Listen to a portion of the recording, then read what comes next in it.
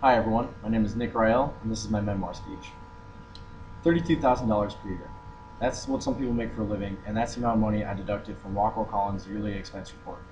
I did this by communicating with various Rockwell employees, as well as collaborating with an outside company. I also almost created a stop ship, which could have cost the company thousands of dollars and given our customers a negative opinion of our business practices. By making assumptions and not looking into this situation myself, I left the contact out of the conversations that needed to be included and created an information gap that had the potential to stop production completely. Today, I would like to tell you about why it is so important to read the fine print and how vital it is to make sure that everyone is kept on the same page when working on projects. In my department at Rockwell Collins, we manufacture the radios that go into fighter jets, military helicopters, aircraft carriers, and all sorts of other military vehicles. I worked there last year as a co-op for 7 months as an industrial engineer. As an industrial engineer, one of your main job responsibilities is to analyze product and process flow and make sure they are as streamlined and efficient as possible to reduce company operating costs. One of the most effective ways to do this is to outsource process steps that are tedious and time consuming to companies whose processes are built around the idea of manufacturing in bulk production. Therefore, when I was asked last year to free up an operator for other key aspects of build, I began asking my mentors how the process worked because I had never done something like this before. The fault I made was that I didn't look into the situation personally, and that I assumed that what I was told was everything I needed to know, which led to what could have been a potentially catastrophic situation. The process begins by analyzing how much it costs to make the product in-house, and then asking a company for a price estimate as to how much it would cost them.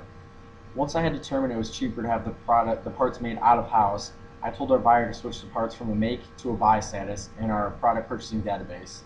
What I didn't look into was how the purchasing process actually worked, and that the master scheduler needed to be notified. When I switched the parts from a make to a buy status, it canceled the ordering of components we needed to keep making the parts in-house.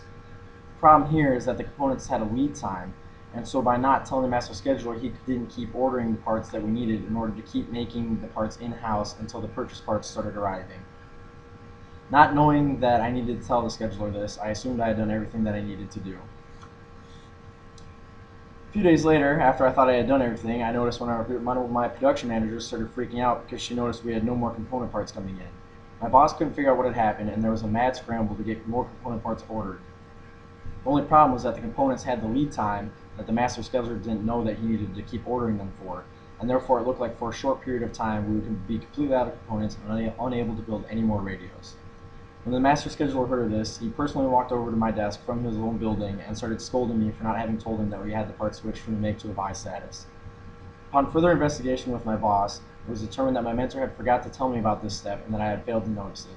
Luckily, my boss didn't hold me to blame because I was new at the company, and he knew there was no real way for me to know that I needed to do that due to my newness with the company.